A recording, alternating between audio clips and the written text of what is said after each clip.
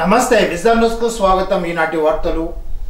జిల్లాలో దైవార్షిక మంజూరు కింద 7 పథకాల్లో అర్హత కలిగి మిగిలి ఉన్న 2439 మంది లబ్ధిదారులకు వివిధ పథకాల ద్వారా 3.78 లక్షల లబ్ధి చేకూరిందని శుక్రవారం లబ్ధిదారుల ఖాతాలకు జమ చేయడం జరిగిందని జిల్లా కలెక్టర్ పి ప్రశాంతి పేర్కొన్నారు।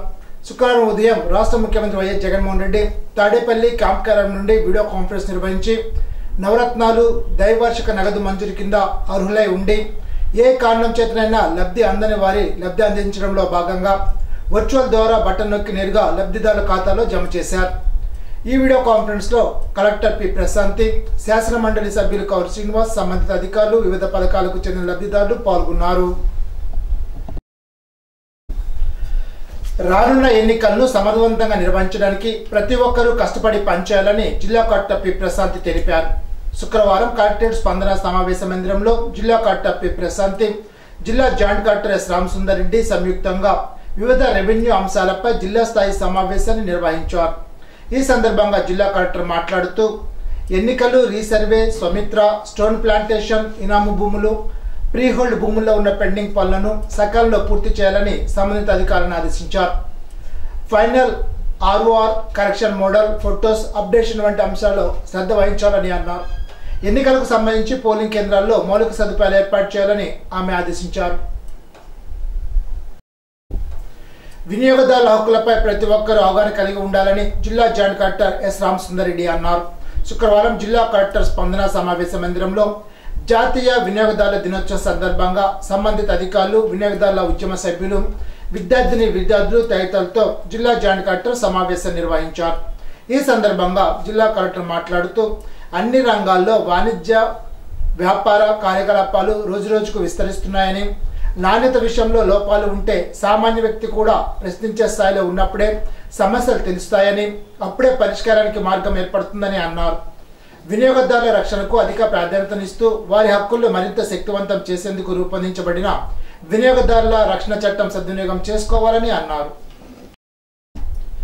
సీఎం జగన్మోహన్ రెడ్డి స్ఫూర్తితో ప్రజలతో మమేకమై వారి సమస్యలను తెలుసుకుని పరిష్కరించేందుకు తాను చేపట్టిన ప్రజా దీవెన పాదయాత్రకు ప్రజల నుండి విశేష స్పందన లభించడం ద్వారా ఆనందంగా ఉందని రాష్ట్ర పౌర సరఫరాల శాఖ మంత్రి కారుమూరి వెంకట నాగేశ్వరరావు అన్నారు। మంత్రి కారుమూరి చేపట్టిన ప్రజా దీవెన పాదయాత్ర శుక్రవారం నాటికి 4వ రోజుకు చేరింది। అత్తిలి మండలం కంచుమరు గ్రామం నుండి ప్రారంభమైన పాదయాత్ర ఆరువిల్లిలో ముగిసింది। మంత్రి కారుమూరి ప్రారంభించిన ప్రజా దీవెన పాదయాత్రకు గ్రామాన ప్రజలు బ్రహ్మరథం పట్టారు। మంత్రి ప్రతి ఒక్కరిని ఆప్యాయంగా పలకరిస్తూ జగన్మోహన్ రెడ్డి ప్రభుత్వ పాలనలో మీ కుటుంబానికి సంక్షేమ లబ్ధి జరిగిందా లేదని వివరాలు అడిగి తెలుసుకున్నారు। మహిళలు మంత్రికి హారతులిచ్చి ఘన స్వాగతం పలికి తమ ఆనందాన్ని వ్యక్తం చేశారు। వైఎస్ఆర్సీపీ ప్రభుత్వం అధికారం చేపట్టిన నాటి నుండి కుల, మత, పార్టీలకు అతీతంగా సంక్షేమ పాలన అందిస్తూ ప్రజామన్నలను పొందిందని అన్నారు। సీఎం జగన్మోహన్ రెడ్డి అభివృద్ధి, సంక్షేమం రెండు కళ్ళుగా భావించి పరిపాలన చేస్తున్నారని అన్నారు। అర్హులైన ప్రతి ఒక్కరికి వాలంటీర్ల ద్వారా గడప వద్దకే సంక్షేమ పథకాలు అందిస్తున్నారని చెప్పారు।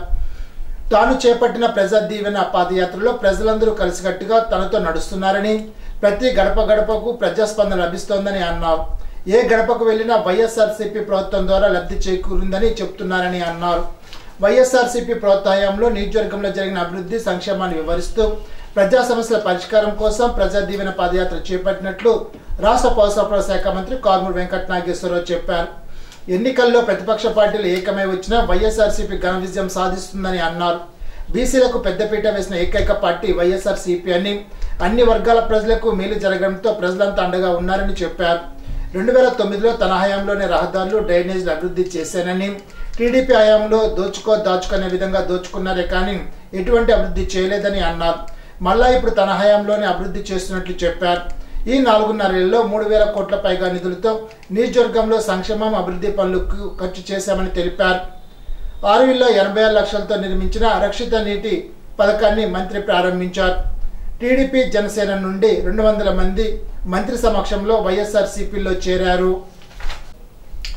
కార్యక్రమంలో బుద్రాతి బన్నీ ప్రసాద్, పైబన సత్యనారాయణ, మక్కా సూర్యనారాయణ, అడ్డాల జానకి, మహమ్మద్ అబీబుద్దీన్, వెలగల సుస్మిత, శ్రీనివాసరావు, వెలగల అమ్మిరెడ్డి, పొట్టికుటి సూర్యనారాయణ, చిట్టూరు వెంకట సుబ్బారావు, కాకల విశాలాక్షి, ఉండవల్లి జానకి, దామశెట్టి రాము, గురుగురి శ్రీరామరెడ్డి, సత్య వెంకట శ్రీనివాసరెడ్డి, రంభ సూరిబాబు, పెర్మెచ్చి వెంకటపతిరాజు, పూరుకొల్లు వెంకట్రావు, తేలి సుందర్రావు, దొమ్మెటి నాగశ్రీనివాసరావు, మంగిన సూర్య, నూకల కనకదుర్గ, బోడపాటి వీర్రాజు తదితరులు పాల్గొన్నారు.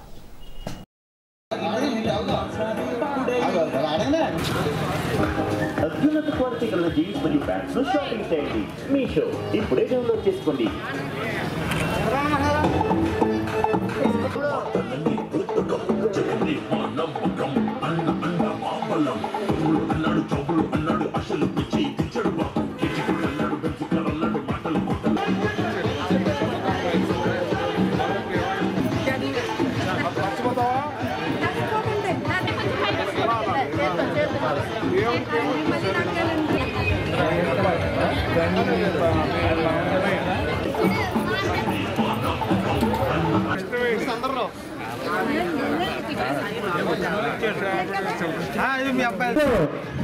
కారుమూరి వెంకటనాగేశ్వరరావు గారు మీ దీవెన కోసం మీ ఇంటి ముందుకు వచ్చి ఉన్నారు.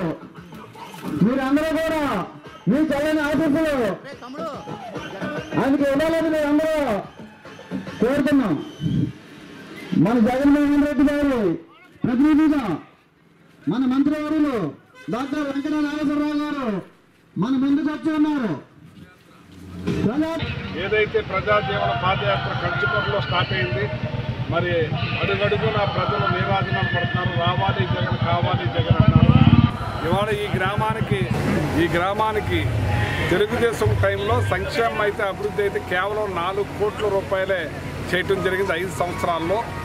ఇవాళ జగన్మోహన్ రెడ్డి గారు ఈ గ్రామానికి మరి దగ్గర 20,60,00,000 రూపాయలు సంక్షేమం అయితే అభివృద్ధి అయితే అన్నీ కూడా చేయటం జరిగింది.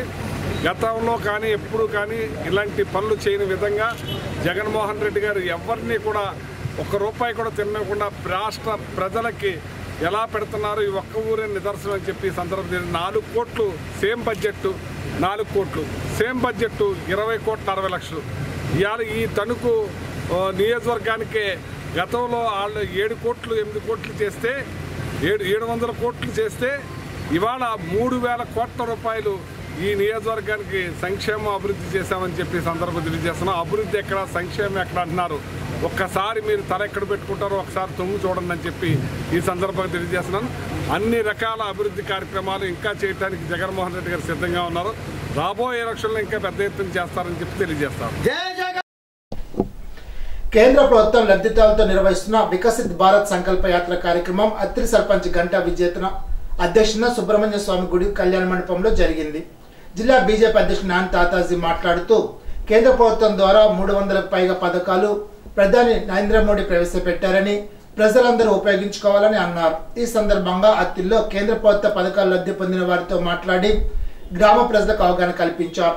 కార్యక్రమంలో డిప్యూటీ తహసీల్దార్ శ్యాంప్రసాద్, గ్రామ పంచాయతీ సెక్రటరీ సుజాత, వివిధ డిపార్ట్మెంట్ అధికారులు, జిల్లా బీజేపీ ప్రధాన కార్యదర్శి Kovvuru Venkatareddy, state council member Thota Thirumurthulu, assembly convener Ayinampudi Sridevi, మండలాధ్యక్షులు బాలా మహేష్, మండల ప్రధాన కార్యదర్శి గారి శ్రీధర్ రెడ్డి, పెరికల అంజిబాబు, లంకలపల్లి వెంకన్న, చిన్నారావు, మల్లిడి కనికిరెడ్డి తదితరులు పాల్గొన్నారు. అత్తిలి టీడీపీ కార్యాలయం వద్ద నిర్వహిస్తున్న అన్న క్యాంటీన్ శుక్రవారం నాటికి 479 రోజుకు చేరుకుంది. పులిశెట్టి చంటి సౌజన్యంతో పేదలకు అన్నదానం చేశారు. కార్యక్రమంలో టీడీపీ నాయకులు ఆనాల ఆదినారాయణ, పూతినేడి శ్రీను, దాసరి నాగరాజు, కసిగాని హనుమంతు, బొలసి వెంకటేశ్వరరావు, అల్తి సత్యనారాయణ, బోడపాటి సూర్యచంద్రరావు, కడిమి యోహాన్ పాల్గొన్నారు.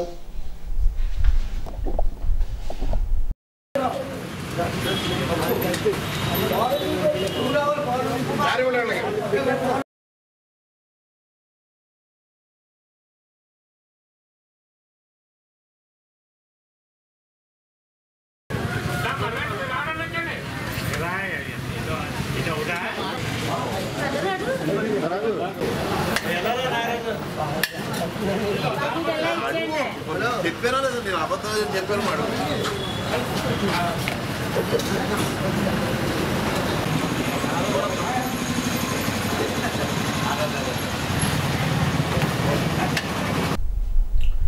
కరోనా మహమ్మారికి వ్యతిరేకంగా ప్రజల ప్రాణాలను కాపాడిన మున్సిపల్ కార్మికుల సమస్యలు కూడా ప్రభుత్వం పరిష్కారం చేయలేకపోవడం సిగ్గుచేటని సేటి జిల్లా కార్యదర్శి పివి ప్రతాప్, మండలాధ్యక్షుడు ఎన్ ఆదినారాయణ బాబు విమర్శించారు. తణుకు మున్సిపల్ కార్యాలయం వద్ద సమ్మెలో భాగంగా 11వ రోజు కార్మికులు పొర్లు దండాలు పెట్టి నిరసన వ్యక్తం చేశారు. ఈ సందర్భంగా ప్రతాప్ నీలాప ఆదినారాయణ బాబులు మాట్లాడుతూ ఇచ్చిన మాట అమలు చేయమంటే కార్మికులపై ప్రభుత్వం దాడి చేయడం అన్యాయమని అన్నారు. నేను విన్నాను ఉన్నాను అంటే ఇదేనని అన్నారు. కార్మికుల సమస్యలంటే ప్రభుత్వానికి చాలా చిన్న చూపని విమర్శించారు. సమస్యల పరిష్కారం ఒకటే, సమస్యలు ఆగుతాయని అన్నారు. పోటీ కార్మికుల వల్ల జరిగే పరిమాణాలకు ప్రభుత్వం అధికారులు బాధ్యత వహించాల్సిందేనని హెచ్చరించారు. కార్మికుల సమ్మెకు CITU medical reps union Ramesh, Ramakrishna, Raju, అంగన్వాడీలు సంపూర్ణ మద్దతు ఇచ్చారు. కార్యక్రమంలో కొమర రాజేశ్వరి, రాజమ్మ, సురేష్, ప్రసాద్, ఆశీర్వాదం, గోవిందరాజు, గాల రంగారావు, గుబ్బల గోపి తదితరులు పాల్గొన్నారు.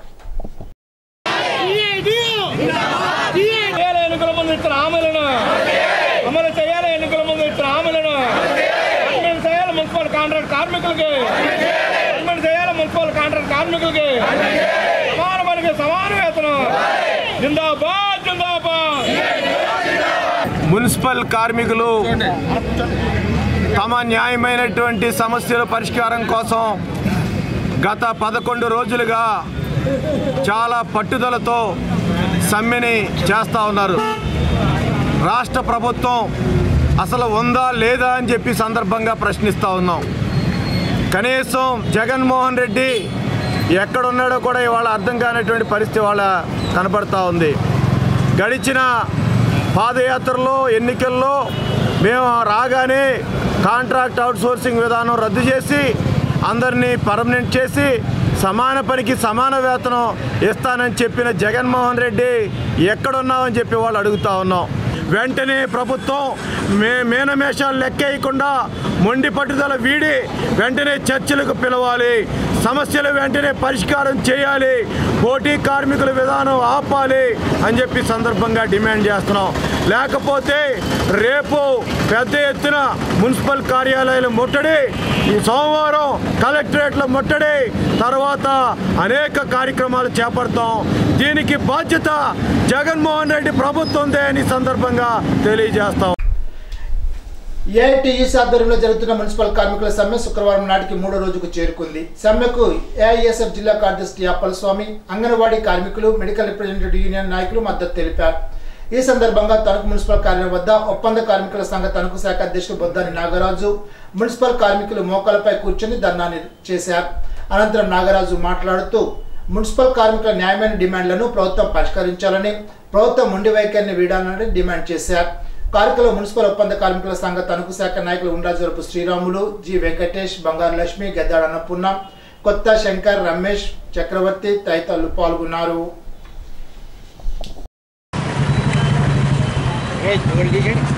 మున్సిపల్ కార్మికుల ఐక్యత, మున్సిపల్ కార్మికుల ఐక్యత, మున్సిపల్ కార్మికుల ఐక్యత. సమాన పనికి సమాన వేతనం ఇవ్వాలి. కనీస వేతనం 26,000 రూపాయలు. కనీస వేతనం 26,000 రూపాయలు. కనీస వేతనం 26,000 రూపాయలు. మొండి వైఖరి మున్సిపల్ కార్మికుల పట్ల రాష్ట్ర ప్రభుత్వం మొండి వైఖరి.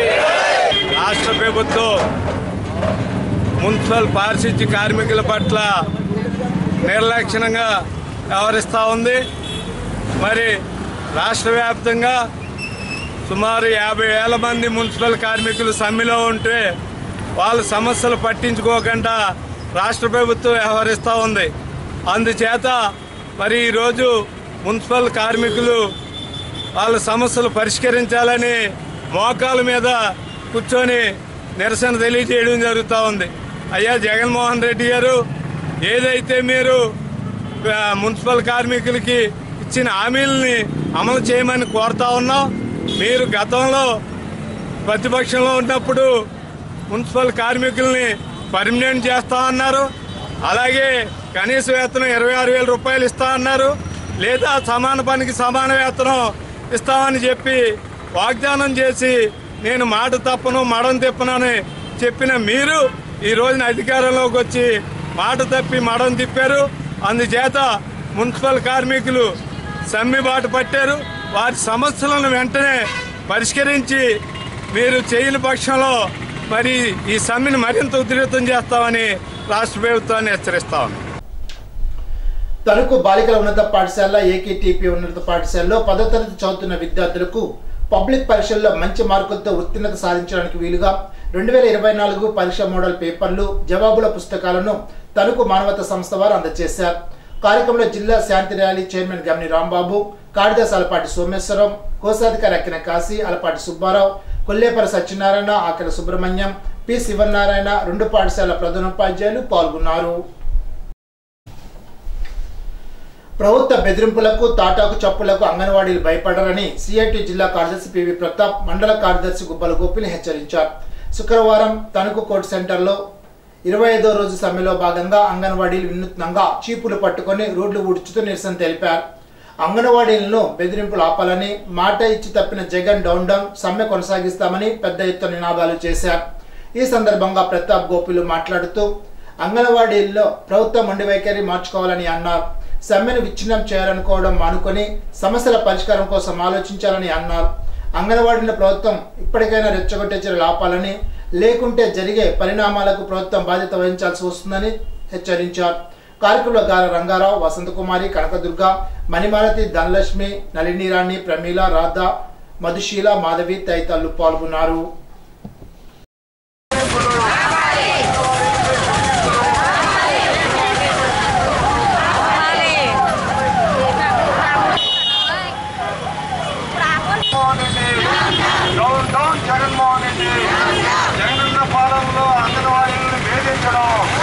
రోజుల నుంచి అంగన్వాడీలు రోడ్లపై పడి మా బాధలు తీర్చండి అయ్యా అంటే ఒకరు కూడా ఇవన్నీ వినపడినట్టు కనీ కనపడినట్టు ఎవరి కాళ్ళు వచ్చి వెళ్ళిపోతున్నారే తప్ప ఏ విధమైన మాకు ఇచ్చిన హామీలు నెరవేర్చట్లేదు.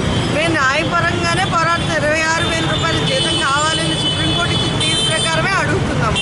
ఆ కుటుంబం గడపడానికి ఖచ్చితంగా 26,000 రూపాయలు ఉంటేనే కానీ ఆ కుటుంబం సాఫీగా వెళ్ళదు. కాబట్టి న్యాయపరమైన పోరాటానికి మేము రోడ్డుపైకి వచ్చినా రోడ్లు ఊడుస్తున్నట్టే మేము ఈ గవర్నమెంట్ మేము చీపురు పెట్టి ఇచ్చే రోజులు చాలా దగ్గరలో ఉన్నాయని అంగన్వాడీ తరఫున మీ అందరికీ హెచ్చరిస్తున్నాం. దయచేసి మా మనవి ఆలకించండి. మా పరిస్థితులు మీరు దృష్టిలో ఉంచుకోండి. నిజంగా మీ అక్క చెల్లెళ్ళే ఈ స్థితిలో ఉంటే మీరు ఇలాగే వదిలేస్తారా అని గవర్నమెంట్ మేము ప్రశ్నిస్తున్నాం. గత 24 రోజులుగా మేము సమ్మె చేస్తున్నాం. మన జగన్మోహన్ రెడ్డి గారు ఏమీ పట్టించుకోకుండా రోడ్డు మీద పడితే పడండి అన్నట్టుగా మమ్మల్ని వదిలేశారు. మరి ఎందుకు వదిలేశారో ఏమిటో మాకేం అర్థం కావట్లేదు. కానీ మరీ చీపురు పట్టుకొని రోడ్డు ఊడ్చే టైము కూడా వచ్చేలాగా అంత టైము మీరు ఎందుకు తీసుకున్నారో మాకు అర్థం కావట్లేదు.